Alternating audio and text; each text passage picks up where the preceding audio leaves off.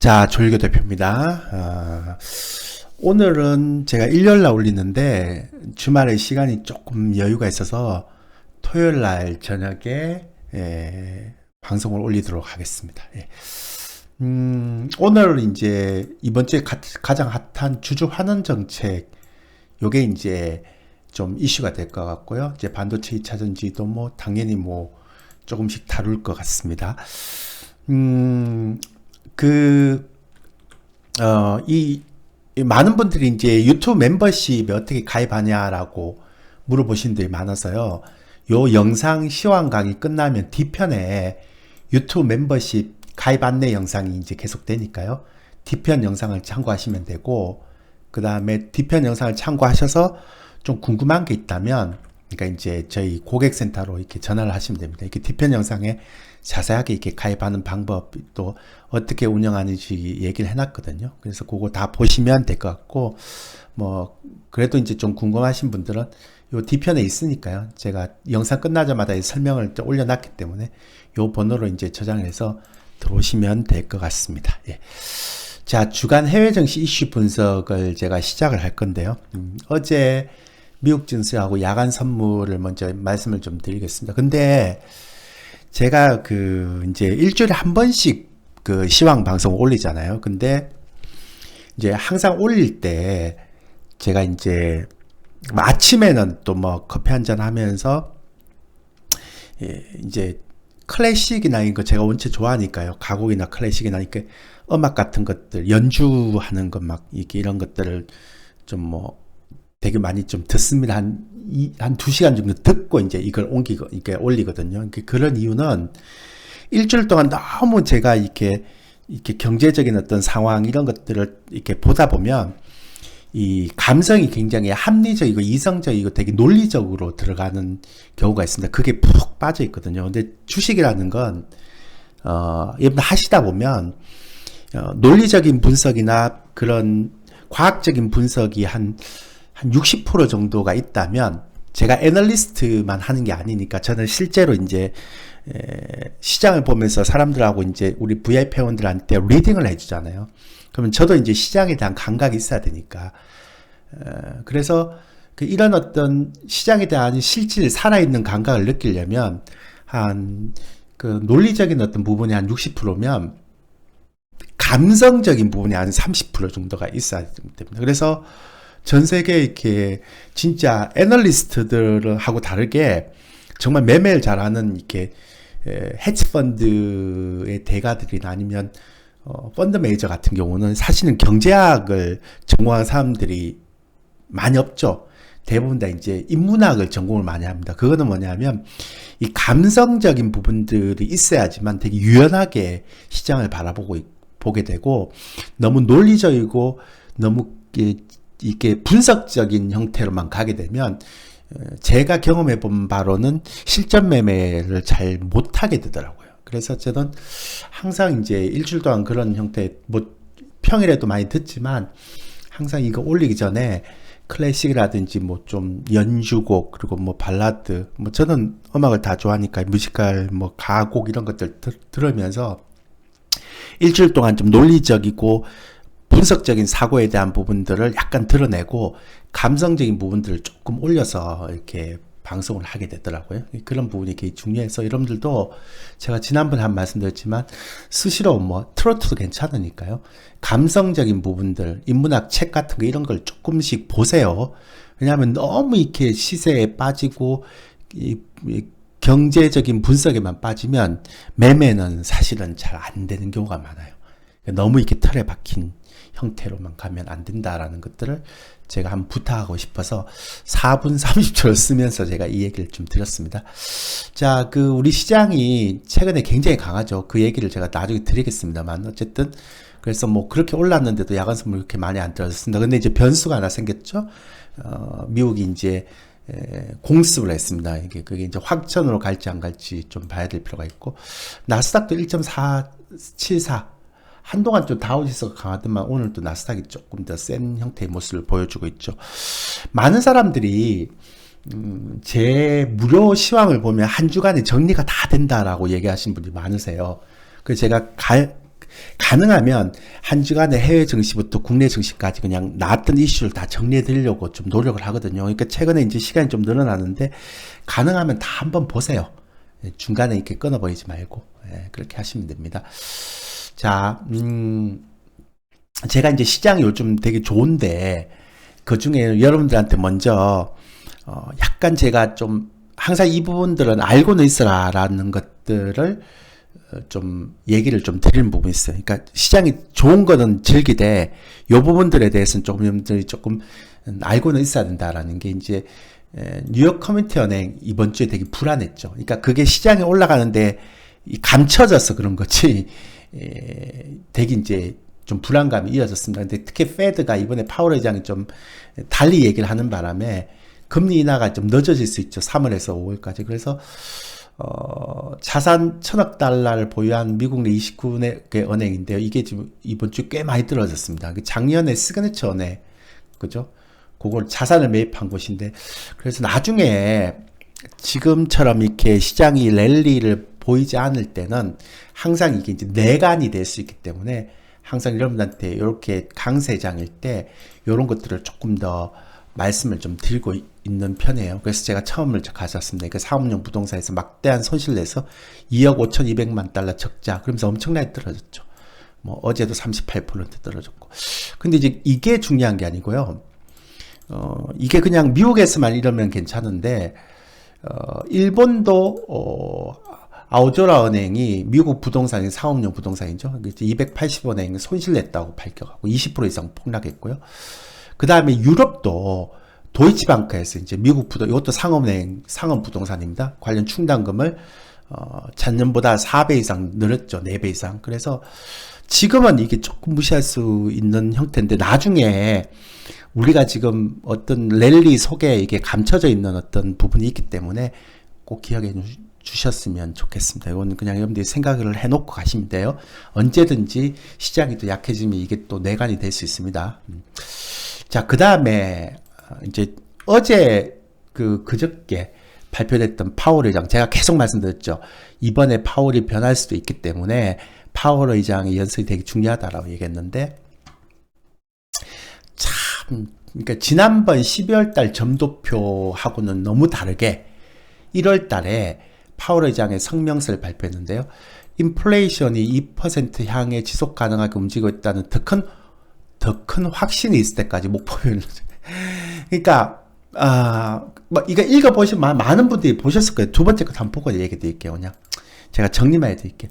그리고 이제 지표에 따르면 경제활동이 견고한 속도로 성장하고 있다. 계속 줄어나갔다. 그리고 목표 달성 재받으면 통화 스탠스를 적절히 준비할 것이다. 이런 얘기했고요. 세 번째 보면 기자회견에서 요런 또 얘기했죠. 이것 때문에 이제 엄청나게 떨어졌죠. 근데 제가 지난번에 말씀드렸지만 미국 시장하고 국내 시장하고 좀 다를 것이다 라고 얘기를 많이 드렸거든요. 이제 같이 가는 게 아니고 디커플링 될 거라. 그런데 요때 많이 떨어졌죠. 근데 우리 시장 그때부터 시작해서 엄청나게 올라갔죠. 최근 6개월간의 인플레이션 데이터 충분하지 않다는 것이 아니라 뭐 충분해. 그렇지만 확신이나 자신감을 줘야 된다. 이거보다 어떻게 확신을 줘요? 그렇잖아요. 그리고 이렇게 상품이 아닌 다른 분야의 인플레 하락 기회에 필요할 필요가 있다. 그러니까 상품 가격만 떨어지면 안 되고 고용도 떨어져야 되고 그 다음에 특히 소비, 그러니까 서비스 쪽도 떨어져야 된다. 지금 제조업은 떨어지고 있는데 서비스가 안 떨어지죠. 그래서 이제 파월 의장이 어떤 얘기하냐면 좀 더 좋은 데이터를 보고 싶다. 더 나은 데이터를 찾는 게 아니다. 지금까지 본 좋은 데이터가 계속되길 원한다.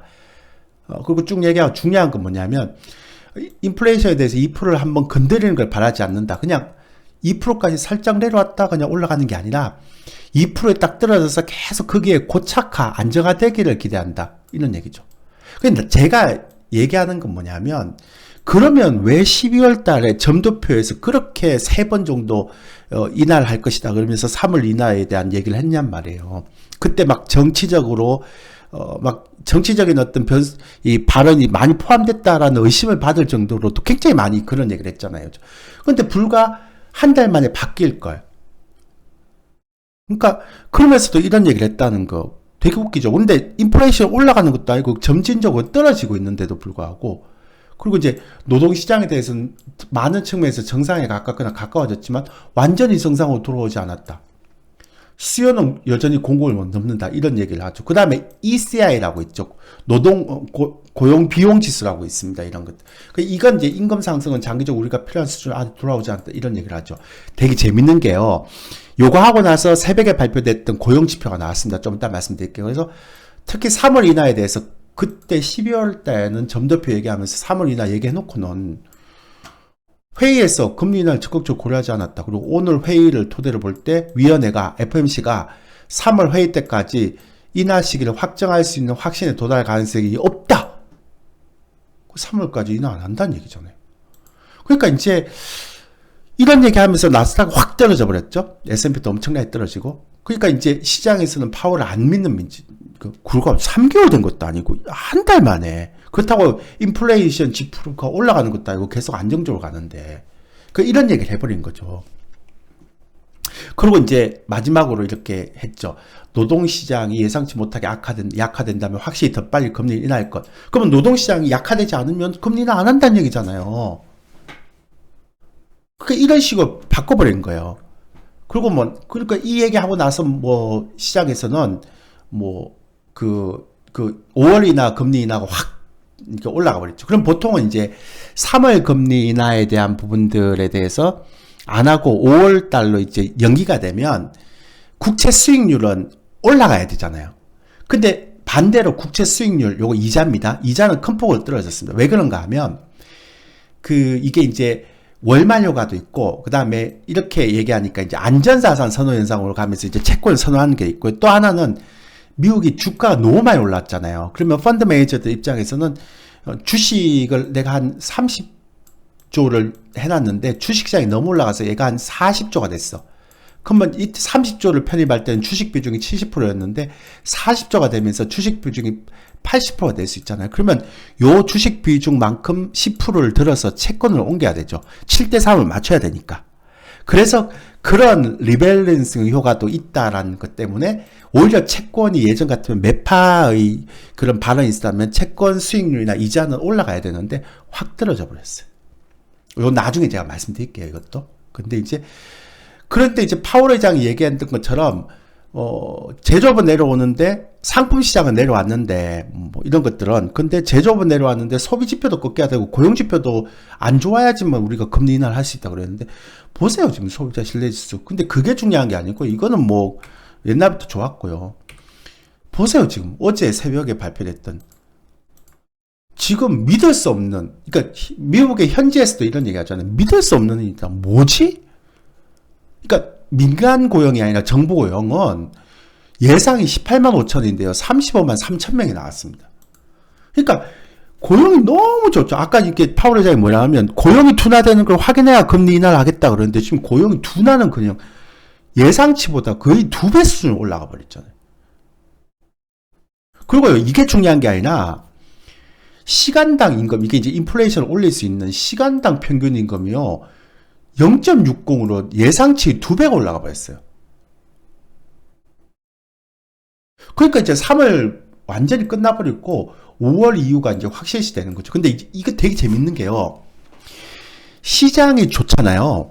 시장이 좋으면 이제 이게 시장이 좋으면 예전에 이런 그러니까 파월 회장이 매파적인 발언을 했고 그 다음에 이런 형태의 흐름들에 대해서 고용 지표가 너무 좋아지면서 시간당 평균 임금이 올라가면서 이제 인플레이션을 자극할 수 있잖아요. 그런데 어떤 식으로 이렇게 흘러가는가 하면 어차피 금리는 안 올릴 거니까 이제는 인하시키는 시점이 약간 연장된다라고 생각하는 형태의 흐름들만 있을 뿐 연착륙이다. 경기가 연착륙을 한다라는 쪽으로 해석이 되면서 굉장히 강해져 버린 거죠.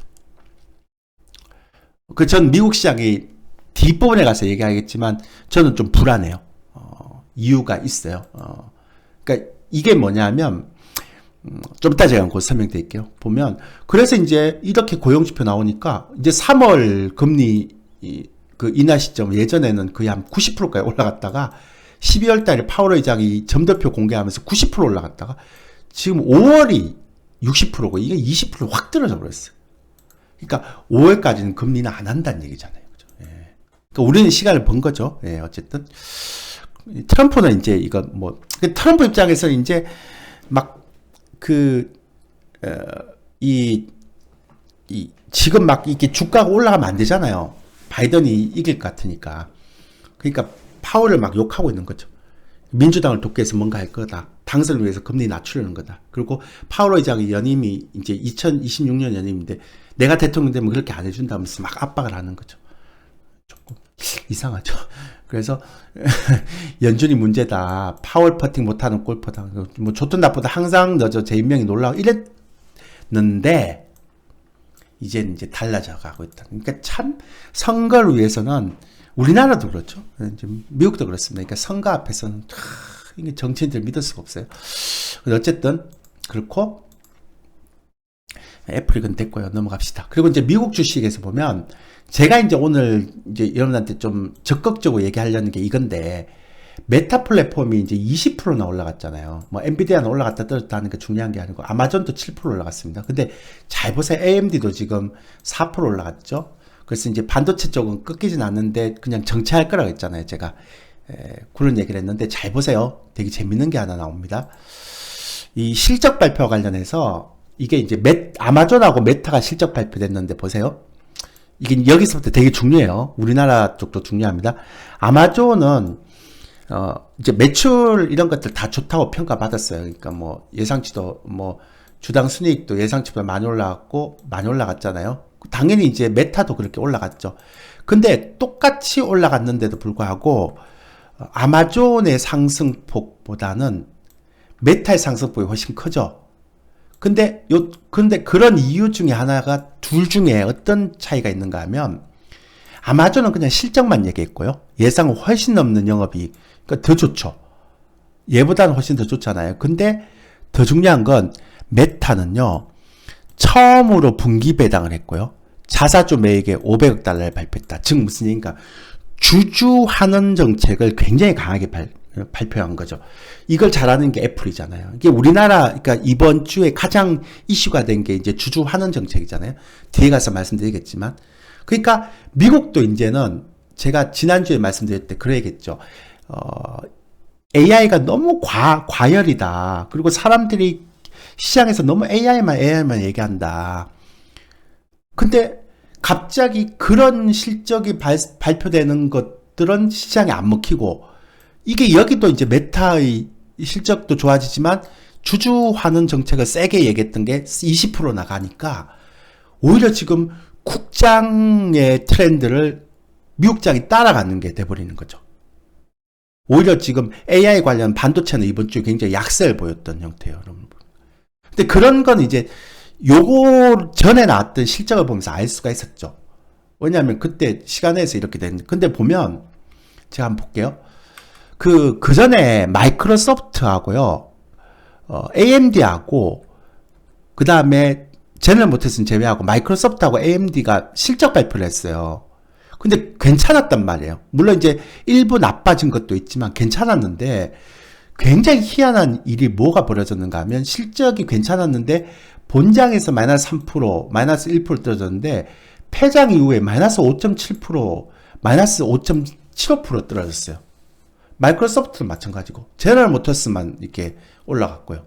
그러니까 무슨 얘기인가 하면 똑같이 실적을 발표했는데 AMD나 알파벳처럼 구글처럼 기존에 있는 빅테크는 폐장 이후에 엄청나게 떨어져 버리고 그 다음에 메타처럼 이렇게 주주 가치에 대한 부분을 얘기하는 그런 종목들이 급등해 버리는 형태. 그래서 완전히 이제 바뀌어 버렸죠. 그러니까 미국도 그렇고 한국도 그렇고요. 이제는 주주 가치에 대한 부분들을 얼마나 더 얘기를 하냐에 따라서 시장이 움직이는 그게 주도주가 되는 형태의 흐름으로 바뀌어 버렸다는 겁니다. 그게 주 초에, 주 중반에 그리고 주 말에 가면서 실적 발표와 그 다음에 이제 그 컨퍼런스 콜에서 나타나는 변화가 주가에 반영되면서 이런 트렌드가 이제 바뀌어요. 예전에 빅테크 너무너무 과한 AI 이런 것들 아무리 좋게 발표해도 이제 호재가 안 먹혀요. 근데 주주가치 이런 것 발표하는 형태의 기업들은 굉장히 신선하게 올라가요. 이런 트렌드로 바뀌어버렸단 말이에요. 이게 미국도 그렇죠. 한국은 좀 이따 말씀드리겠지만 한국은 당연하겠죠. 그죠?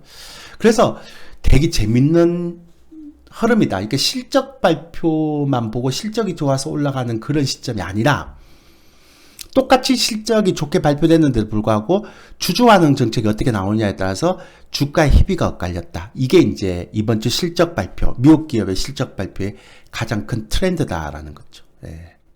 됐나요? 그런 거. 그래서 약간 다르게 지금 얘기를 하고 있습니다. 근데 뭐 월가에서는 이렇게 얘기하지만 제가 볼 때는 좀 다르게 볼 수 있는 거죠. 그래서 메타가 굉장히 좀 부각되고요. 저는 애플 어차피 주주 가치 많이 하고 엔비디아 그 다음에 여기 AMD도 있는데 AMD도 넣고 AMD 이런 것들에 대한 것들이 조금 저는 이제 이쪽 라인은 아니라고 생각되거든요. 예. 그 좀 이따 말씀드리지만 미국 증시에 대해서 좀 이따 얘기 드릴게요. 그 다음에 이제 국채금리 얘기하는데 보세요. 그때 제가 월말 효과 때문에 국채 확 떨어졌다 그랬는데요. 다시 금방 4%대 올라왔죠. 국채 잘 안 떨어져요. 그 다음에 이제 유가가 72불인데 지금 속보가 이때까지만 하더라도 이제 유가가 좀 그나마 떨어졌는데요. 왜냐하면 요 얘기가 나와버렸잖아요. 이스라엘하고 하마스가 휴전 합의를 한다라는 얘기가 나오면서 유가가 뚝 떨어졌거든요. 근데 갑자기 오늘 해외 증시가 끝나고 나서 속보가 뭐가 나왔는가 하면 요르단 주둔 미국 병사 3명이 숨진 데에 대한 미국의 보복 공격이 바로 나왔다 이렇게 되는 거죠. 그러니까 이라크와 시리아에서 이란 연계 세력을 겨냥해 85개 표적 보복 공격을 감행했다. 이거 하고 이제 시리아도 하고 이란도 막 발표하죠. 우리는 가만히 있지 않겠다. 확전을 각오한다면 계속 공격해라. 그러니까 이제 저는 얘기하는 게 이게 이제 유가를 이게 움직이고 확전이 되면 아까 말씀드렸지만 고용 지표도 올라가고 있고 임금도 올라가는데 혹시 이게 확전이 돼서 유가까지 올라가 버리면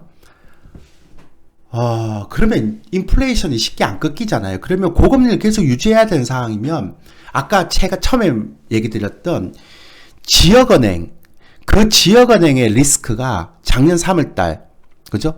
시그네처 은행처럼 또 불거질 수가 있다는 거예요. 그래서 가능하면 이런 확전은 안 하는 게 좋고, 근데 왜 갑자기 조 바이든 대통령이 이걸 했을까?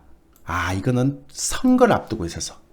그러니까 트럼프가 only 바이 아메리칸, 그러니까 미국만을 위한 정책을 피잖아요. 근데 미국 병사 3명이 죽었는 데서 미국이 아무 공격도 못하고 아무런 대응도 못한다는 건 선거에 굉장히 나쁜 영향을 끼칠 수 있으니까 이거에 대한 공격을 해버렸단 말이에요.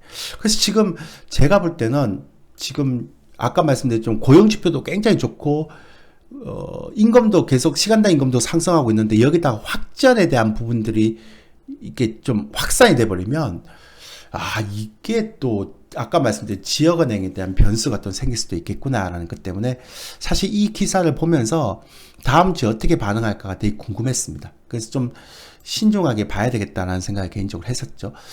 그 다음에 요거는 제가 유튜브를 보다 보니까 프로치 투자 다문인가요? 뭐 어떤 그 친구가 나와서 이제 이 설명을 하는데 이거 굉장히 이제 제가 공감하는 부분이라서 제가 이렇게 설명을 좀 드릴게요. 이게 이제 하얀색이 뭐냐 하면 국채금리거든요. 이렇게. 그리고 이제 빨간색이 뭐냐 하면 미국의 주가지수였어요. 근데 국채금리가 10년물이에요. 10년물. 10년물 국채금리가 이렇게 올라갈 때 시장이 이렇게 떨어졌고요. 국채금리가 이렇게 정체를 보이거나 이렇게 내려올 때 시장은 이렇게 올라갔습니다. 그러다가 국채금리가 다시 올라갈 때 시장은 떨어졌고요.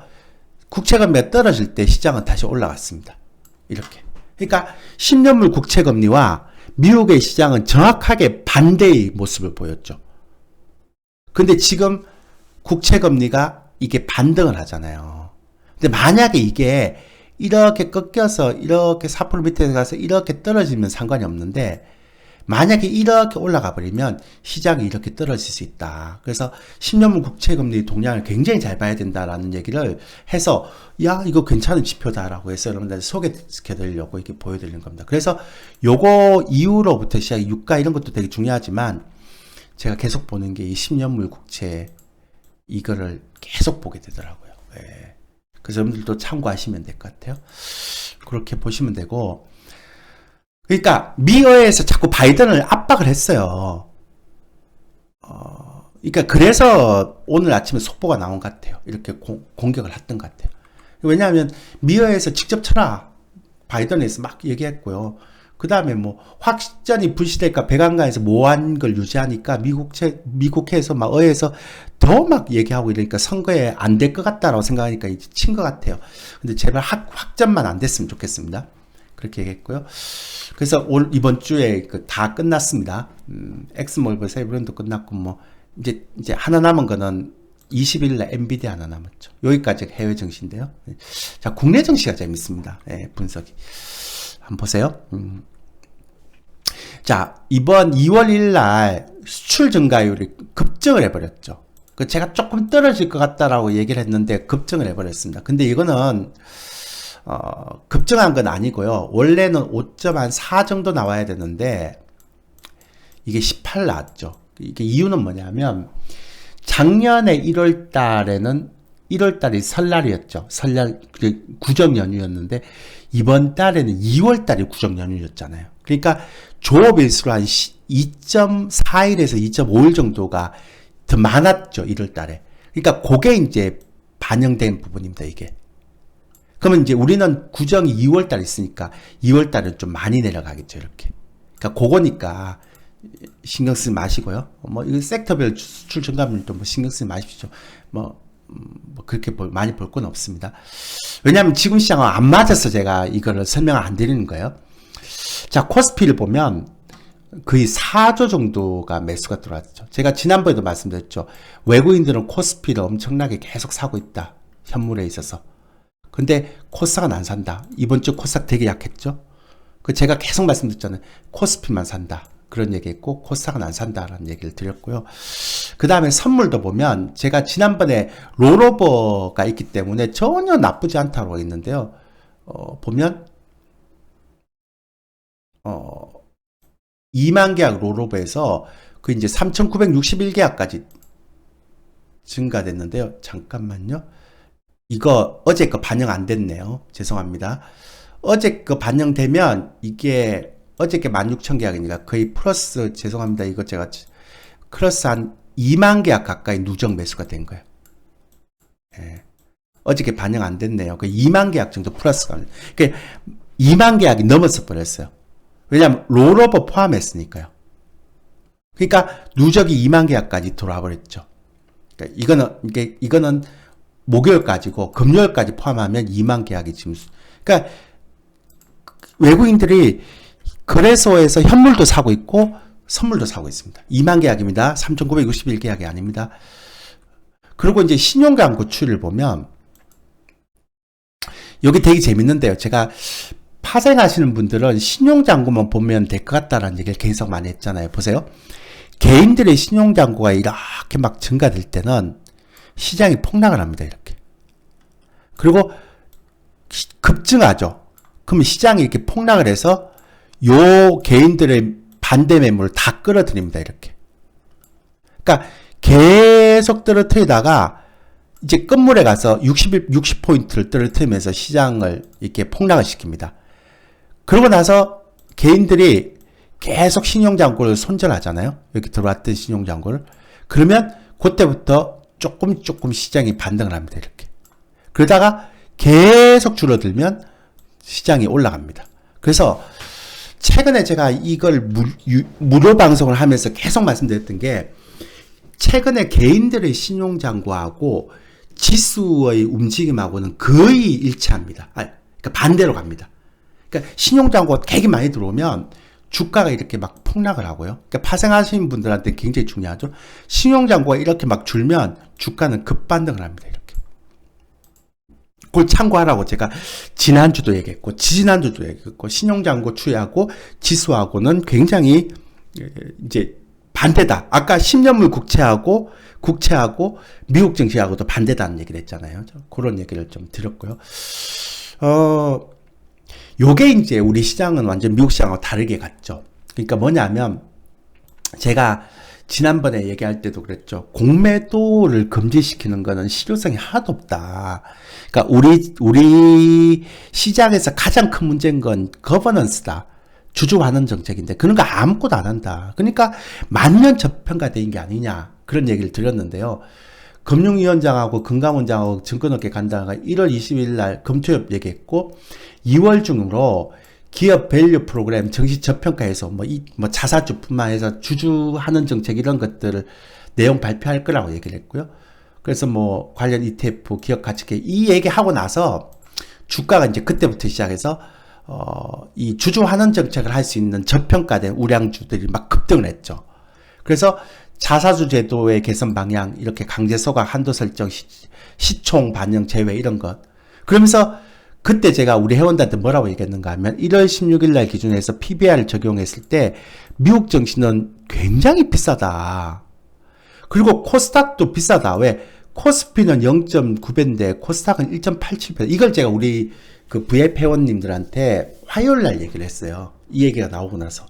그래서 이제부터는 저평가된 주식을 사야 된다. 우리는 그런 종목 사놨었죠. 몇 종목을. 그러고 나서 제가 왜 사놨는가 하면 아마 들었던 분들 아실 거예요. 제가 지난주도 그랬고 지난주도 그랬고 제 썸네일 타이틀이 뭡니까? 모든 대중들이 반도체 2차 전지만 얘기를 하고 있는데 대중들이 그렇게 많이 얘기하는 종목들이 주도주가 된 적이 없다.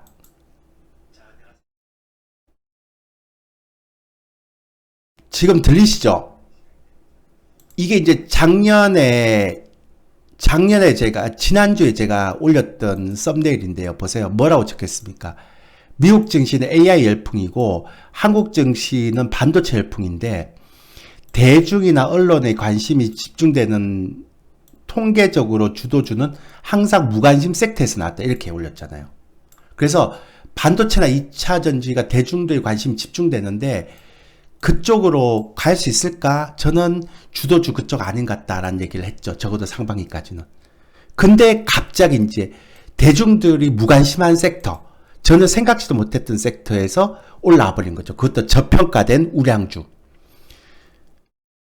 그게 이제 코스피가 0.9고요. 코스닥은 1.87이니까 코스피보다 코스닥이 훨씬 비싸잖아요. 2배 이상 비싸잖아요. 그러니까 이번 주 코스닥은 거의 죽 쓰는 거고 코스피만 올라가는 거죠. 그것도 금리가 높다 보니까 저평가된 종목들이 다 올라가는 게 아니고요. 저평가된 종목들 중에 PBR이 낮고 퍼도 낮은데 그동안 지배구조에서 막혀있던 종목들이 올라가는 거 아니에요. 그러니까 정확하게 이걸 다 반영시키는 종목들이 올라가는 거죠. 일본도 1.4배. 원래 일본이 올라가기 전에 0.8배였거든요. 그 이거 얘기하고 나서 1.4배 갔으니까 거의 60% 간 거죠. 60, 70%가. 미국은 4.58배입니다. 그러니까 미국은 굉장히 비싸죠. 그러니까 그날 미국이 나스닥이 2% 떨어졌는데 우리 시장은 다시 올라가 버리잖아요. 그러니까 지금 어떻게 되는가 하면 이런 고평가된 종목들은 시장도 그렇고 종목들도 약세고 저평가된 종목들이 올라오는 장세가 되는 거죠. 그러니까 가장 고평가된 종목들이 뭐예요? 그쵸, 반도체죠. 근데 반도체 중에서 삼성전자는 고평가된 게 아니니까 삼성전자는 이번 주에 굉장히 세잖아요. 그렇다고 막 주도주가 아니니까 막 완전히 저평가된 건 아니잖아요. PBR이 막 1배 이하도 아니고. 그러니까 삼성전자는 시장을 파쳤고요. 금요일날 좀 올라왔는데 반도체들이 너무 많이 떨어져갖고 올라왔는데 한미 반도체 같은 경우는 굉장히 높단 말이에요. 30배 퍼가 막 이렇게 되고 PBR도 높고. 그러니까 이제 저평가된 우량주만 올라가는 거죠. 삼성, 물산. 좀 이따 제가 보여드릴게요. 그래서 저희는 뭐 말씀드렸지만 기아차를 되게 싸다고 생각해서 기아차를 4주 전에 샀어요. 그것도 8만 원대. 그러니까 기아차가 1등으로 올라와 버리잖아요. 제가 굉장히 싸고 이거는 그리고 이제 기아차는 이제 지금 기아차가 메타하고 거의 비슷한 정책을 발표했는데 그건 좀 이따 보세요. 그러니까 메타도 아까 얘기했는데 기아차는 메타보다 더 큰 걸 발표했죠. 주주가치 제고 정책이란 5천원 구매 자사주 취득. 그 다음에 절반을 소각한대요. 그리고 배당 성향도 25% 이상 만족하는 실적도 좋은데다가 주주 환원 정책도 굉장히 세게 나오죠. 그러니까 메타하고 똑같잖아요. 미국 기업에. 그래서 얘가 8만 원대에 있던 주가가 단기적으로 막 30% 올라가는 거죠. 저희는 8만 원대 후반에 샀거든요.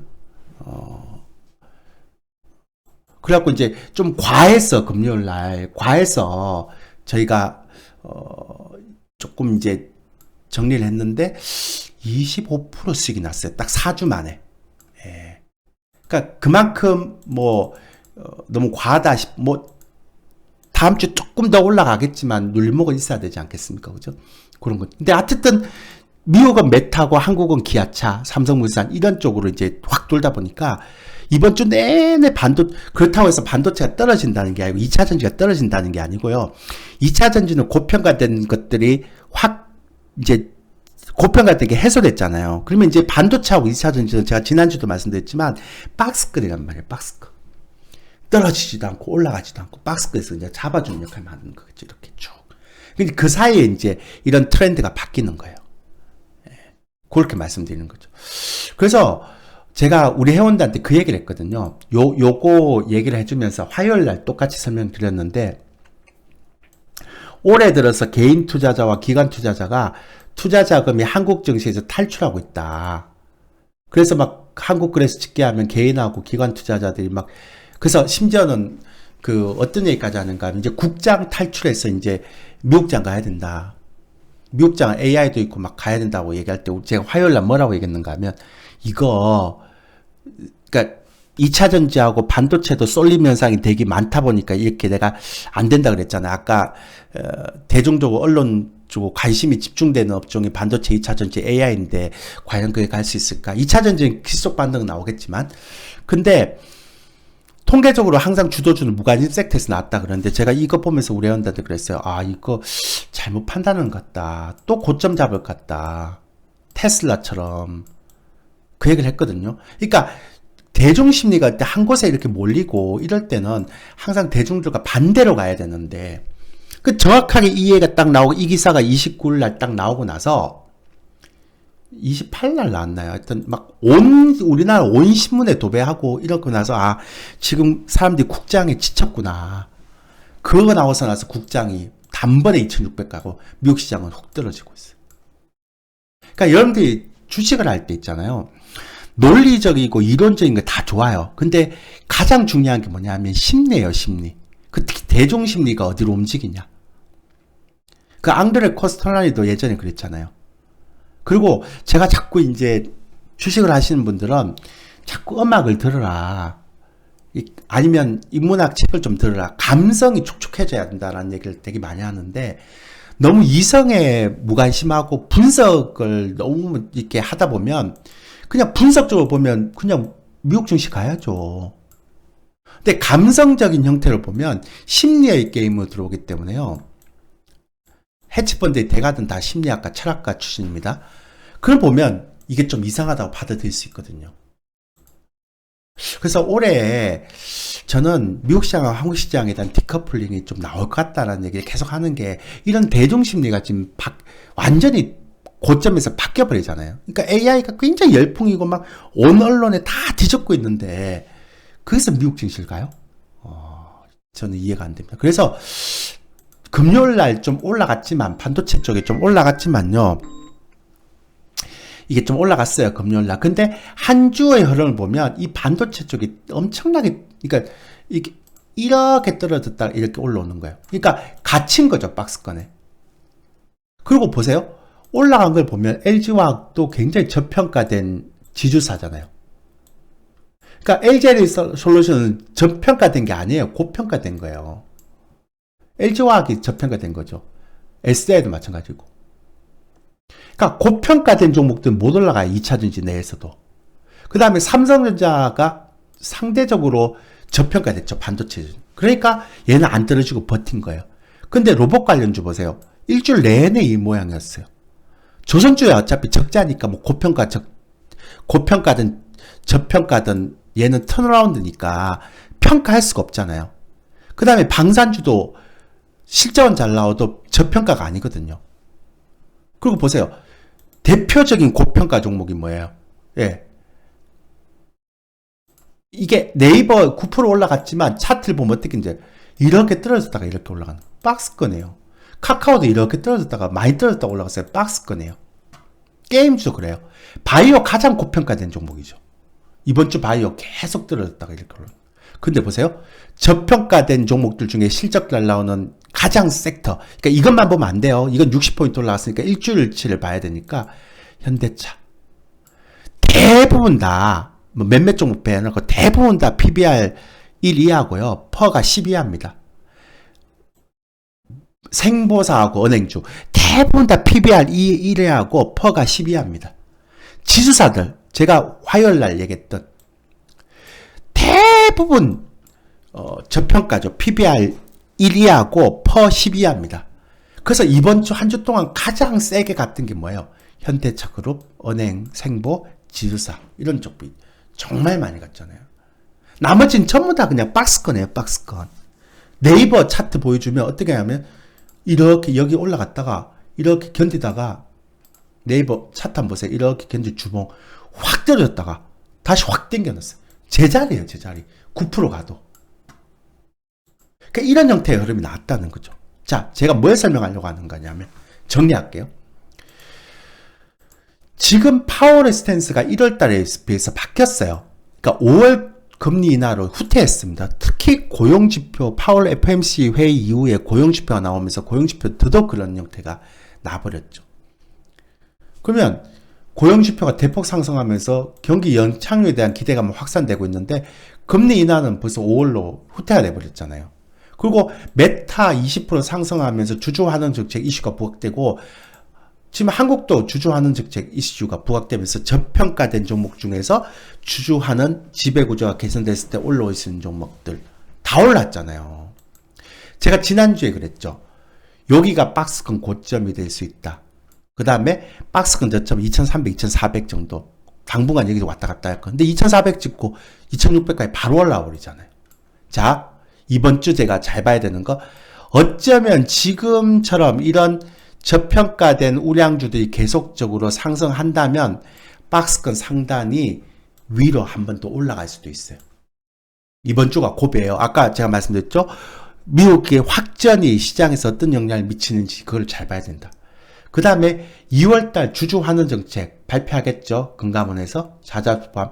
이게 이제 기대감으로 발표가 될 텐데 저는 이게 딱 발표가 되는 순간 단기 과열 나왔던 종목들이 재료 소멸로 이제 눌림목이 들어갈 거라고 봅니다.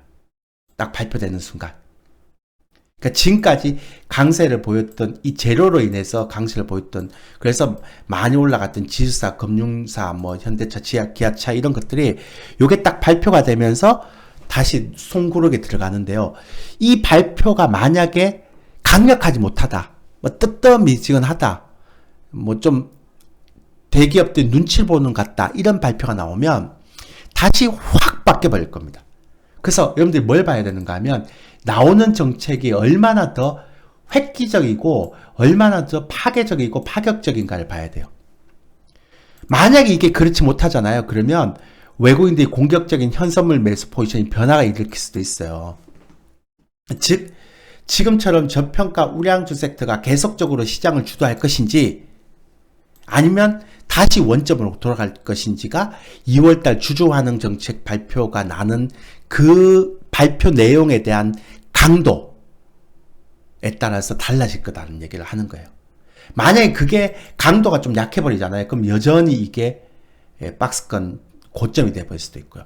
강도가 정말 세잖아요. 그러면 이거 돌파해서 점진적으로 상반기에 더 올라갈 수 있죠.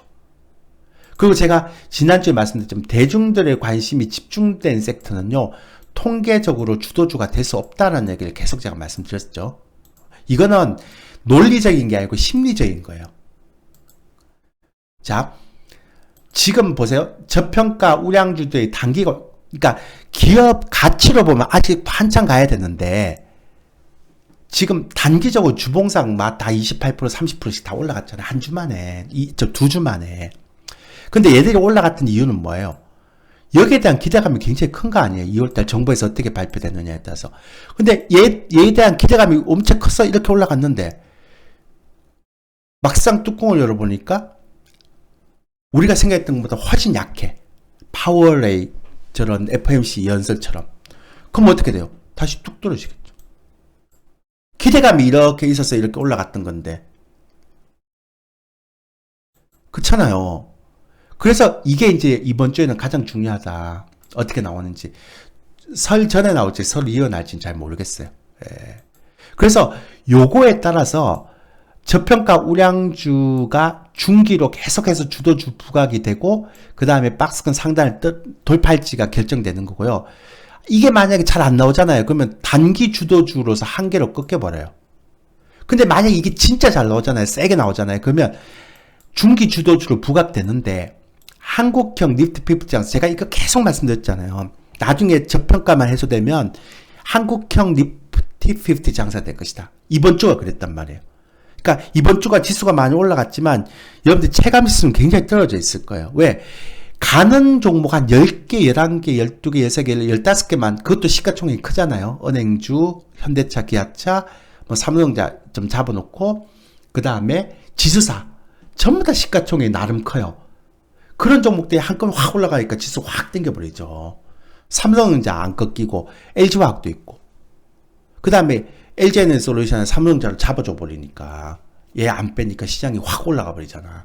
그러니까 앞으로 이게 진짜 공격적으로 나온다 하더라도 저는 한국형 니프티 50 장세가 지속될 것 같다. 그래서 정말 괜찮은 한 15개 종목만 계속 땡기면서 지수를 올리는 장세, 지금까지처럼 그런 장세가 될 것 같고, 만약에 이 주조하는 정책이 진짜 뜨뜻미지근하게 나와버렸다 이러면 지금 이렇게 올라갔던 저평가 종목도 하나의 그냥 순환매 장세로 올라갔던, 또 다른 섹터가 올라가고, 그러니까 한 달 간격으로 얘 올라갔다 죽이고, 얘 올라갔다 죽이고, 얘 올라갔다 죽이고, 그런 그 한 달 천하로 끝날 수도 있다고 얘기 드리는 거예요.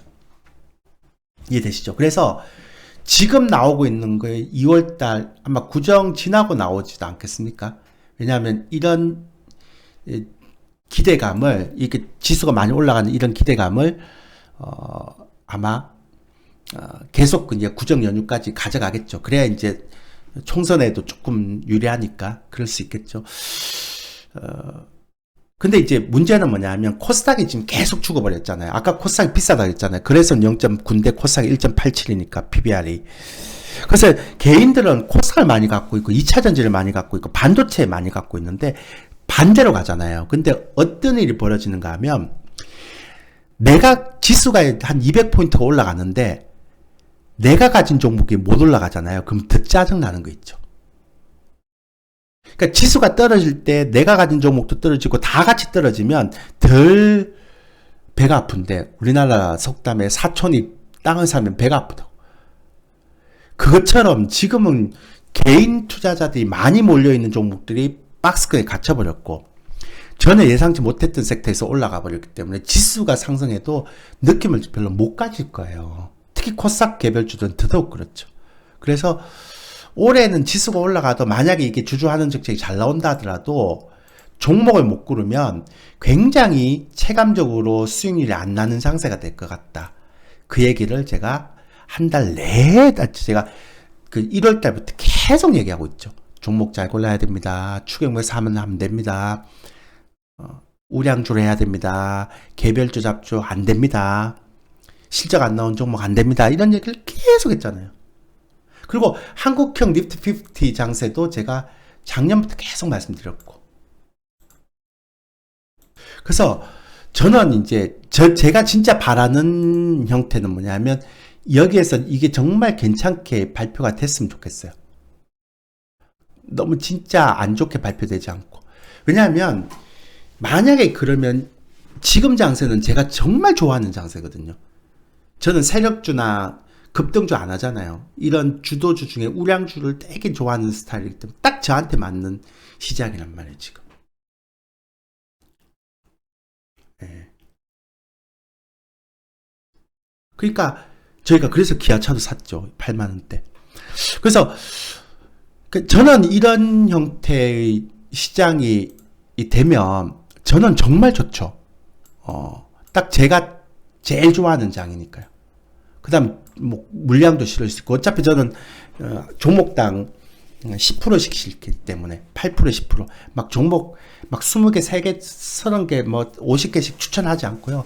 딱 10개 미만으로 막 딱 사서 그냥 가져가는 스타일이기 때문에요. 저는 좋죠. 근데 제가 지금까지 설명드렸던 거 있죠? 가장 중요한 거. 그러니까 2월달 이거.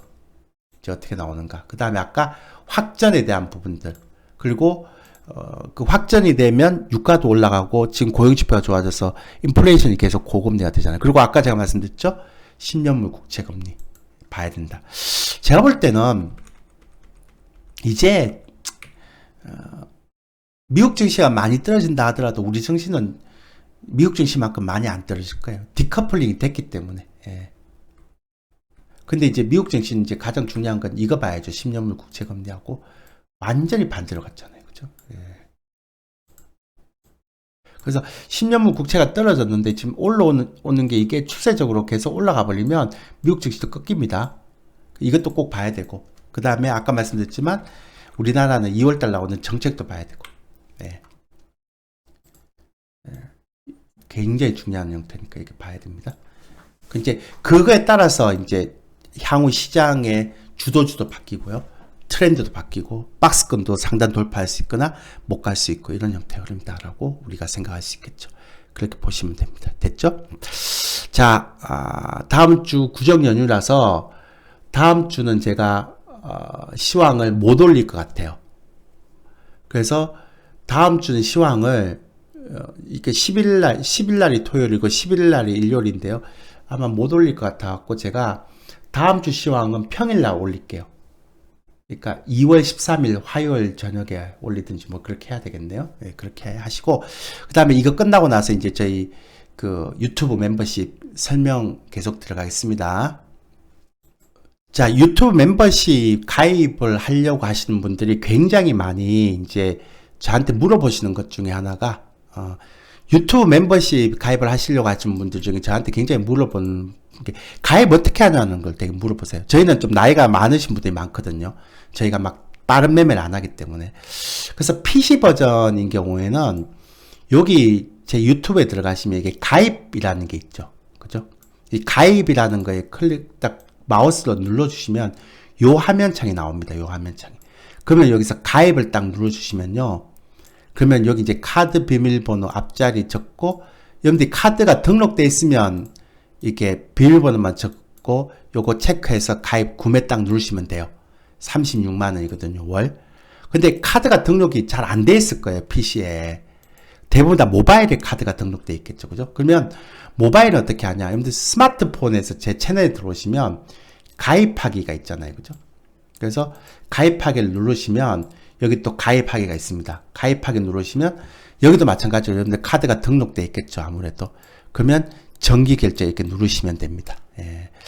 혹시라도 이 결제를 못 하시는 분들, 잘 못 하겠다라고 생각하시는 분들은 구글은 고객센터가 없어서 이쪽으로 이게 평일에 전화 주시면 저희 직원이 아마 가르쳐 드릴 것 같은데 쉬워요. 근데 아니면 여러분들 자제분들한테 얘기하든지 그게 좀 쉬워요. 그래서 여러분들 스마트폰에 카드가 등록이 돼 있으면 그냥 가입하기, 정기 결제 이렇게 하시면 됩니다. 됐나요? 그 다음에 그 유튜브 멤버십은 가입도 굉장히 쉽고 해지도 쉽습니다. 자유롭습니다. 유튜브 영상에 보면 유튜브 내에서 유튜브 멤버십 가입하는 방법, 유튜브 멤버십 해지하는 방법 쓰면 다 나옵니다. 그러니까 보면 됩니다. 그래서 요거 검색하면 다 나오고요. 유튜브 멤버십 월 구독 서비스의 개념이거든요. 그러니까 와우넷하고는 좀 다릅니다. 그러니까 넷플릭스 아시죠, 여러분들? 넷플릭스. 넷플릭스하고 구독 시스템이 똑같다고 생각하시면 됩니다. 그래서 가입 전에 반드시 이건 필히 확인해야 됩니다. 그러니까 저희 유튜브 멤버십 방송 시스템은 넷플릭스 구독 시스템하고 똑같다. 그렇게 보시면 되고요. 그 다음에 제가 하는 거는 뭐냐면 저희는 라이브 방송을 하지 않습니다. 항상 녹화 방송을 합니다. 라이브를 싫어합니다, 저는. 예, 그래서 라이브를 하다 보면 시장을 못 보고 종목을 못 보기 때문에 그래서 장 시작 전에 미국 증시 아까 다루듯이 그렇게 이렇게 다뤄서 한 15분에서 20분 정도 올리고요. 녹화 방송으로. 그럼 여러분들이 보시면 됩니다. 그리고 장 끝나고 4시 반에서 보통 이제 5시에 많이 올리는데 오후 시장을 올리는데 여기서는 이제 우리 공식 종목이 뭐가 있다. 그리고 공식 종목이 지금 몇 프로 수익이 났다. 몇 프로 손절이 났다. 뭐 그렇게 하고요. AS를 다 합니다. 그래서 오전 시장보다는 좀 길게 합니다. 여기선. 30에서 한 50, 최근에 들어서는 계획 45분에서 50분 정도 다 담고 있는데 아마 크게 문제 없이 한 45분에서 50분 동안 갈 것 같습니다. 그리고 종목 매도 사인하고 긴급하게 종목 팔라 이런 거는 전부 다 휴대폰 문자 메시지로 전송이 됩니다. 예. 그러니까 우리 회원들한테 단체 문자로 가는 거죠. 그래서 저희 좀 연배가 많으신 분들, 저희는 다 40대, 50대, 60대, 70대 분들이 많으시거든요. 그러니까 종목도 빨리 매매하지 않고 천천히 매매하고, 그리고 또 빠른 매매를 안 하거든요. 단타 이런 걸 안 하기 때문에 굉장히 좀 여유롭게 할 수 있어서 좀 나이가 좀 많으신 분들이 많습니다. 그 젊게 단타하신 분들은 거의 없고요. 왜냐하면 제 스타일 자체가 단타하는 걸 싫어합니다. 그리고 제가 와우넷에 제 방송을 들으신 분들 알겠지만 와우넷은 가입 비용이 55만에서 60만원입니다. 월. 근데 지금 유튜브 멤버십 신청 가격이 월 36만원입니다. 그러니까 한 30% 정도 가격 인하가 됐죠. 왜냐하면 솔직하게 얘기 드릴게요. 와우넷은 이거를 받아도요, 제가 가져가는 비용이 굉장히 작습니다. 많아봐야 굉장히 없어요. 근데 유튜브는 이걸 받아봐야 저한테 이제 배분되는 금액이 굉장히 많습니다. 100%까지는 아니더라도 한 70%까지는 받을 수 있거든요. 주거든요. 그러니까 제가 굳이 가격을 올릴 필요가 없죠. 여러분들한테도 안 좋고. 그래서 낮췄습니다. 그러니까 와우넷에서 월 55에서 60만 원 받는 거나 지금 여기서 월 36만 원 받는 거나 저한테 배분되는 건 거의 비슷하니까. 예, 그래서 굳이 제가 올릴 필요가 뭐 있습니까? 그렇게 하고, 다시 한번 말씀드리지만 단타 안 합니다. 저희는 세력주 매매 안 합니다. 그딴 거. 그거 단타가 아니라 좀 여유 있는 매매를 합니다. 그러니까 여유 있는 매매를 선호하는 분들만 가입을 좀 하시기 바라겠습니다. 그래서 저희 방송은 한 60대 70대 분들이 좀 많습니다. 50대 60대 70대 그리고 이제 40대 분들도 좀 되시고 그렇게 되고요. 그리고 제가 항상 우리 회원들한테 강조하는 게 뭐냐면, 단기는 한 1개월 정도 목표를 보고요. 중기는 한 3개월 정도 목표를 봐서 이제 포트폴리오 구입하는데, 막 다른 전문가들 보면 매일 막 5종목씩 10종목씩 해갖고 막 내 계좌에 막 30종목 40종목 막 쌓이고, 그러면 돈 못 법니다. 진짜 확실한 종목 10종목 넣으면 안 됩니다. 평균적으로 7종목 8종목이죠. 그리고 어떤 막 와우넷에 있는 전문가들은 한 종목당 2% 3%씩 사는데 그래갖고 무슨 돈을 법니까 여러분들? 종목당 최소 7%에서 최대 20%씩 넣어야 그래야 돈을 벌죠.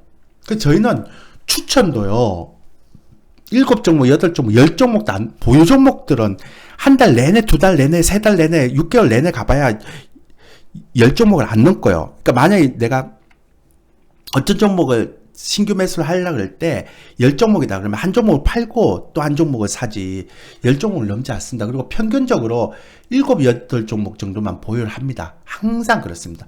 그리고 종목에 대한 7%, 10% 비중을, 한 종목당 비중을 세게 넣습니다. 이렇게. 보통 10%에서 12%가 제일 많겠죠. 가장 작은 게 7%, 그 다음에 많으면 12%, 15%, 작년에는 한 종목당 20%까지 넣었으니까요. 그렇다고 몰빵은 하지 않습니다. 몰빵하는 건 굉장히 위험하거든요. 그 종목이 안 돼버리면 끝나는 거니까. 그러니까 요렇게 하는 걸 선호하시는 분들만 들어오시면 되고요.